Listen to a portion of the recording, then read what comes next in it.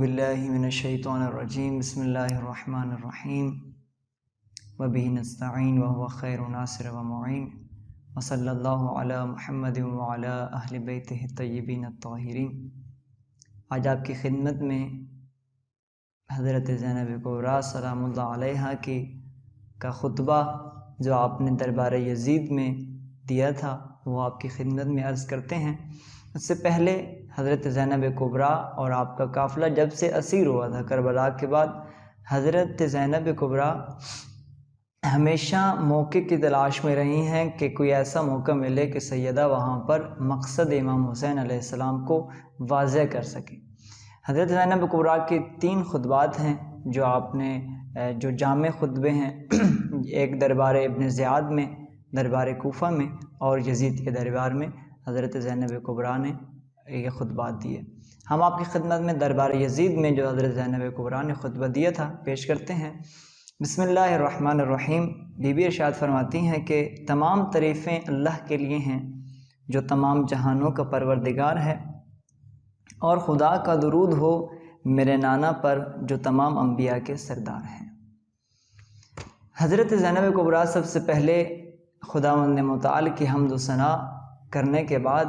اپنے نانا پر درود بھیجتی ہیں اور ایک لفظ استعمال کرتی ہیں جدی، یعنی میرے نانا۔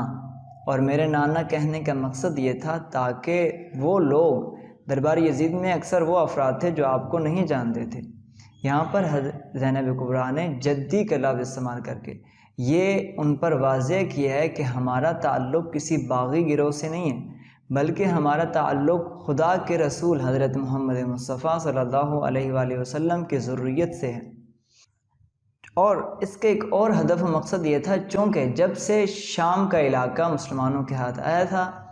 ان لوگوں نے رسول خدا کو تو دیکھا نہیں تھا، اور یہاں پر معاویہ بن ابو سفیان کی ایک عرصہ حکومت رہی ہے، اور یہاں پر اہل بیت کا عمل دخل بہت کم رہا ہے، اور ان کی پہچان یہاں پر بہت کم ہوئی ہے، اور یہاں پر اگر کوئی اسلام پہنچا ہے تو بہت ہی کم۔ مدینہ سے بعض اصحاب یہاں پر تبلیغ کے لیے گئے، اور انہوں نے اگر تبلیغ بھی کی ہے تو وہ عوام تک اس قدر نفوذ حاصل نہیں کر سکے۔ اس کے بعد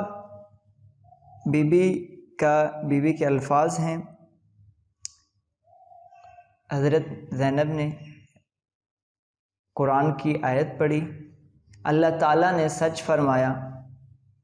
پھر برائی کرنے والوں کا انجام برا ہوا کہ انہوں نے خدا کی نشانیوں کو جھٹلا دیا اور برابر ان کا مذاق اڑاتے رہے۔ اس آیت سے بی بی کا استنباط کرنے کا مقصد کافی سارے ہو سکتے ہیں۔ ایک مقصد تو یزید کو اس آیت کا مصداق ٹھہرانا تھا کہ اگر کوئی آیات کو جھٹلانے والا ہے تو وہ یہ یزید ہے، اگر کوئی ان آیات کا استہزاء کرنے والا ہے کہ بی بی کے خطبے سے پہلے یزید نے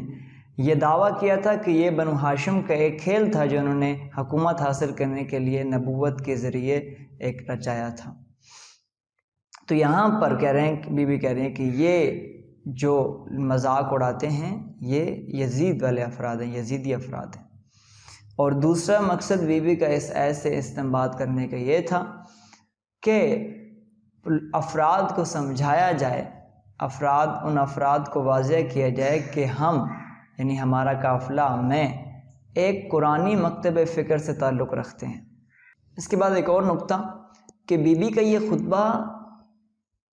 خطابت کے تقاضوں سے بھی بے مثال ہے۔ جیسے اگر کوئی خطیب خطابت کرتا ہے، اگر کوئی خطیب فصاحت و بلاغت کے ساتھ خطابت کرنا چاہتا ہے تو اس کے لیے ضروری ہے کہ وہ خطیب اسیر نہ ہو، اس کے ہاتھ پابند نہ ہوں، وہ اپنے ہاتھوں سے اشارے کر سکے۔ لیکن بی بی کے ساتھ کیا ہوا کہ آپ کے ہاتھ بندھے ہوئے تھے، آپ خطابت کر رہی تھی، آپ خطبہ دے رہی تھی، لوگوں کی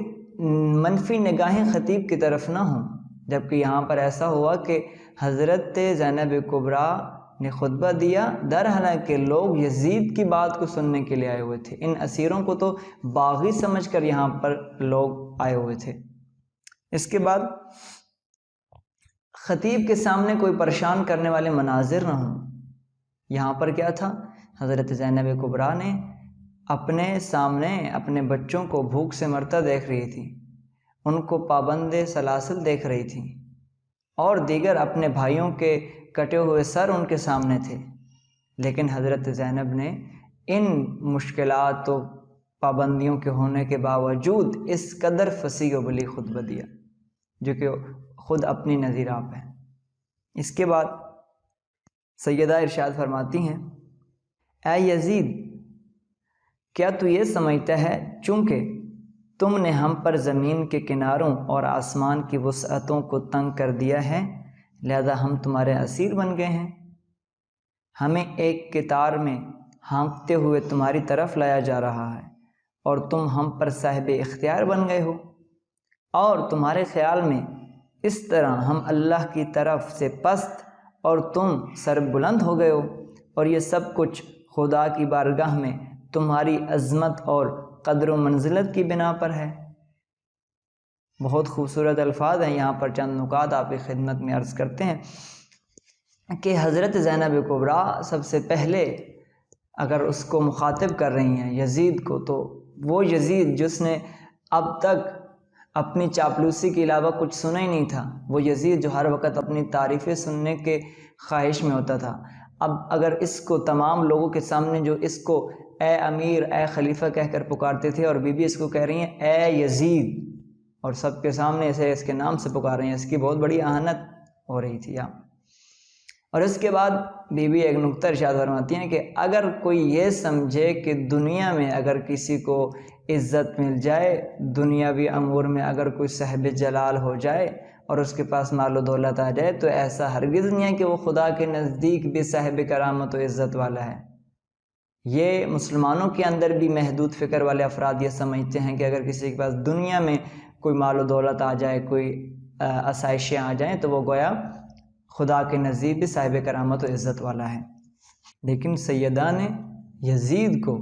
اور یزید کے پیروکاروں کے لیے یہ واضح کر دیا کہ اگر دنیا میں کسی کے پاس مال و دولت آ جائے، اختیار آ جائے، تو اس کا مطلب یہ نہیں کہ اس کے ارد گرد میں اگر کوئی رہنے والا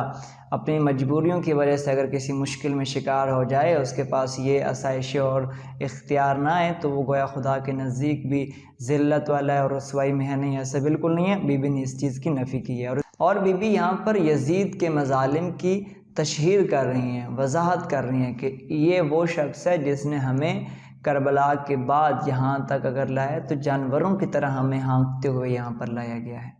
اسی کے ساتھ آج کی اس گفتگو کا اختتام کرتے ہیں۔ والسلام علیکم ورحمۃ اللہ وبرکاتہ۔